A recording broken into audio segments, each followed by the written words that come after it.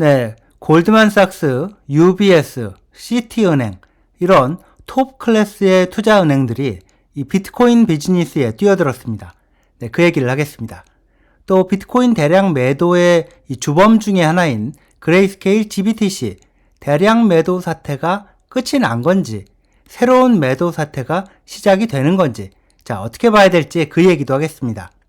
네, 비트코인을 보유하는 회사가 올해부터 분명히 늘어날 걸로 그렇게 보고 있는데요.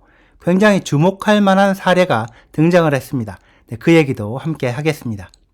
네, 안녕하세요. 황 작가입니다. 투자 어드바이스가 아니라는 점 먼저 말씀드리고 시작을 함께 하겠습니다. 네, 비트코인 가격을 보면요.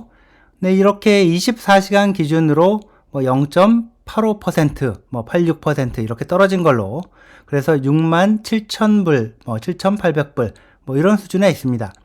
어제 69,000불을 넘겼다가 다시 내려와서 현재 가격은 이렇습니다. 네, 지금 비트코인 생태계에서 빠뜨릴 수 없는 부분이 이 미국 비트코인 현물 ETF인데요. 자, 어제 오늘 많은 돈이 들어와서 상황은 괜찮습니다. 네, 미국 시간으로 어제 4일 목요일을 보면요. 상황이 굉장히 좋았습니다. 네, 그레이스케일에서 빠져나간 돈까지 합산해서 순유입 금액이 2억 1,000만 달러 이런 정도 됐으니까요. 굉장히 많았죠.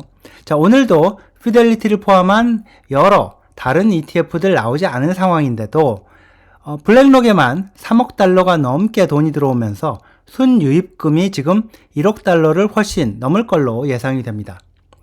오늘 또 지금 특히 중요한 게 그레이스케일 이 매도 물량, 그레이스케일 매도 물량 변화인데요. 물량이 확 줄어들었거든요. 그러다가 오늘 또 다시 또 올라갔습니다. 네, 대량 매도 사태가 끝이 난 건지 하나가 끝나니까 다른 대량 매도가 시작이 된 건지 당장은 판단하기가 좀 쉽지는 않아 보이는데요. 자, 이번 주 월요일에요.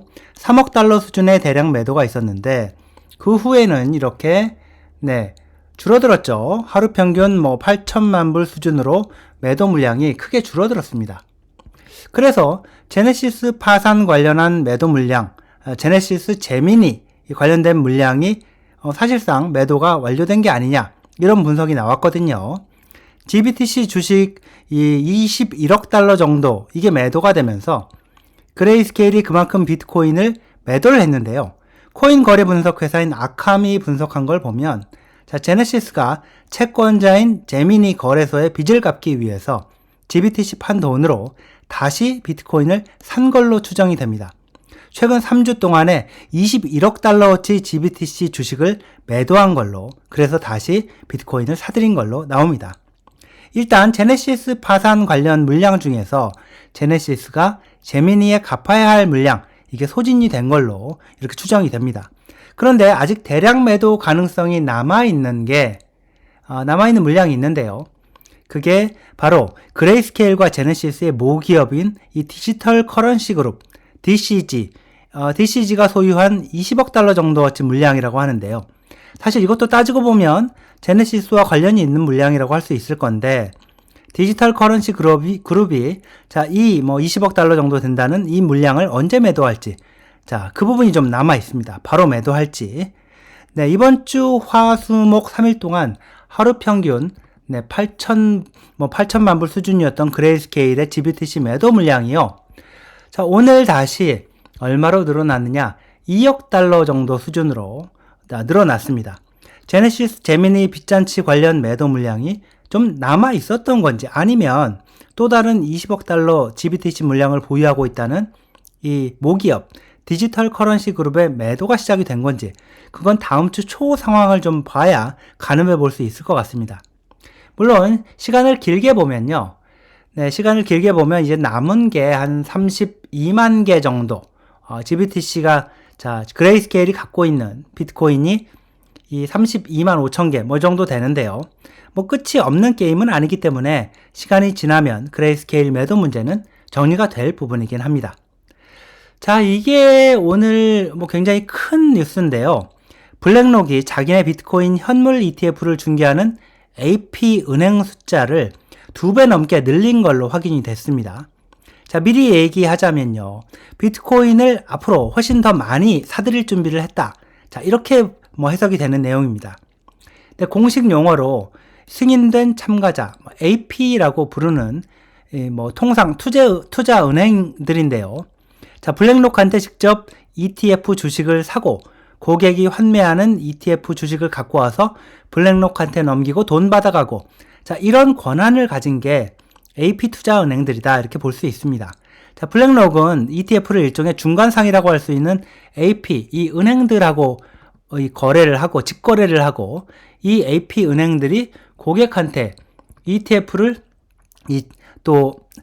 고객한테 ETF를 직접 파는 증권사 같은데 넘겨준다고 생각을 하면 될 것 같은데, 자, 고객이 ETF를 팔 경우에도 최종적으로 블랙록한테 ETF 주식을 건네주고 현금으로 환매를 할 권한이 있는 것도 이 AP들이고요. AP 은행들이고요.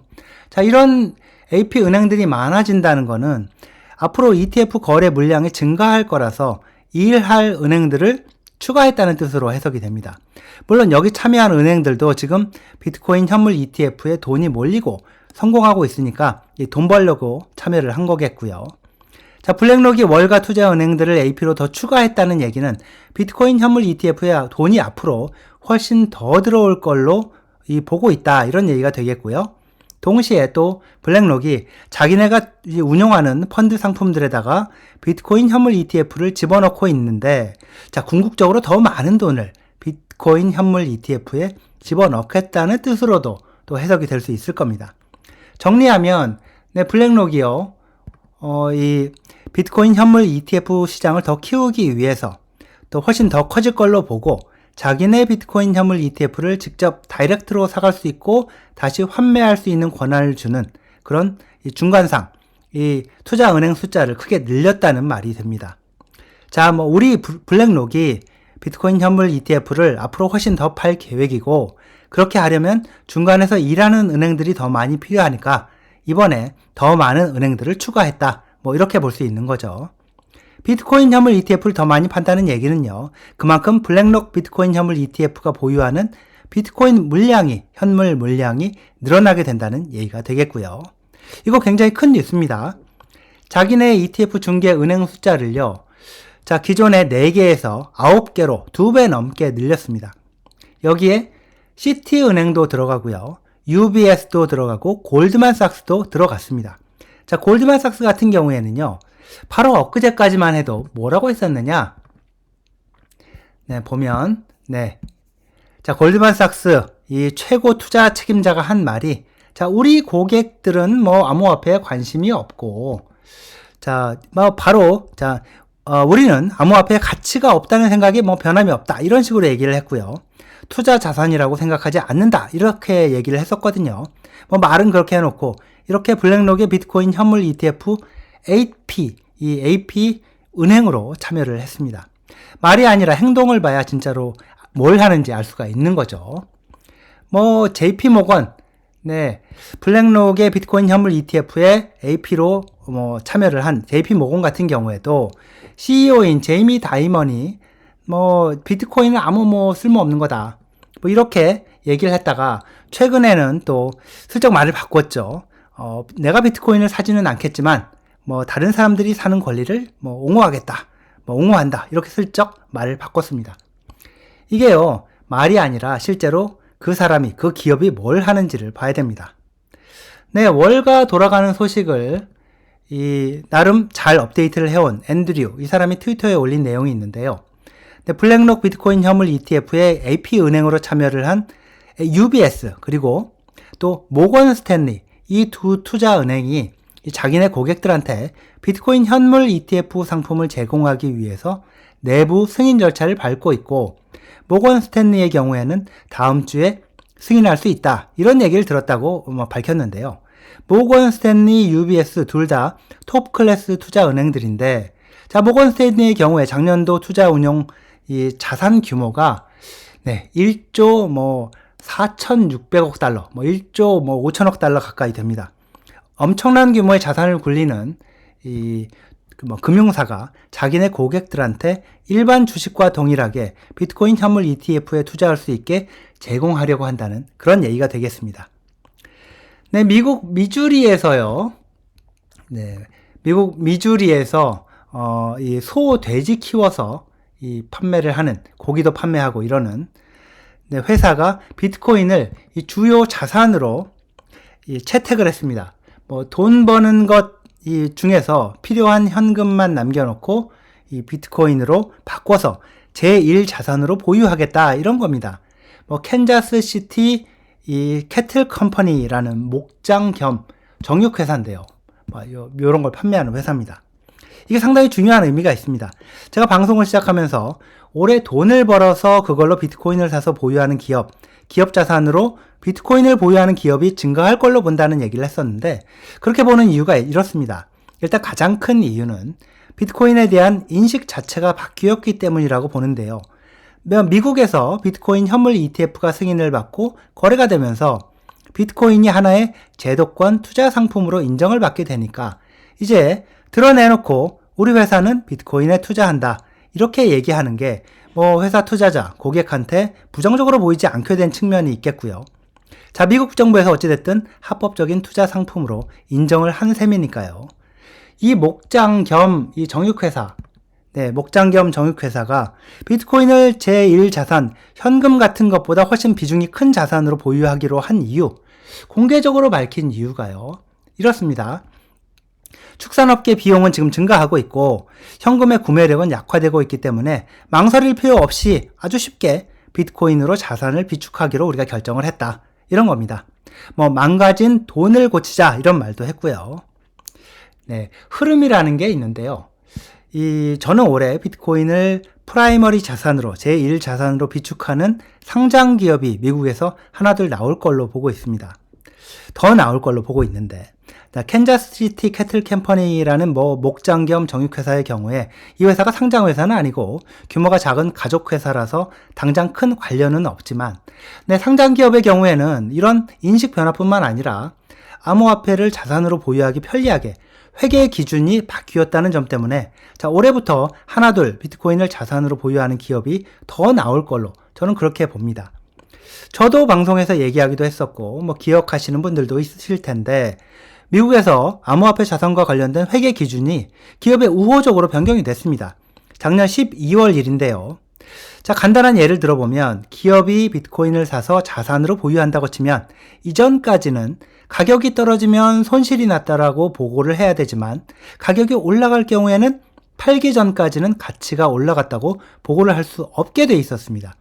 그래서 마이크로 스트래터지, 테슬라, 블록 이런 비트코인을 자산으로 보유한 기업들이 요구를 해왔던 게 가격이 내려가면 내려간 가치를 반영하는 것처럼 올라가면 올라간 가치를 반영해서 보고할 수 있게 해달라 이거였거든요. 그러니까 실제 변동된 현재 가치를 반영을 할 수 있게 그렇게 회계보고를 할 수 있게 해달라고 한 건데 작년 12월에 그렇게 변경이 됐습니다.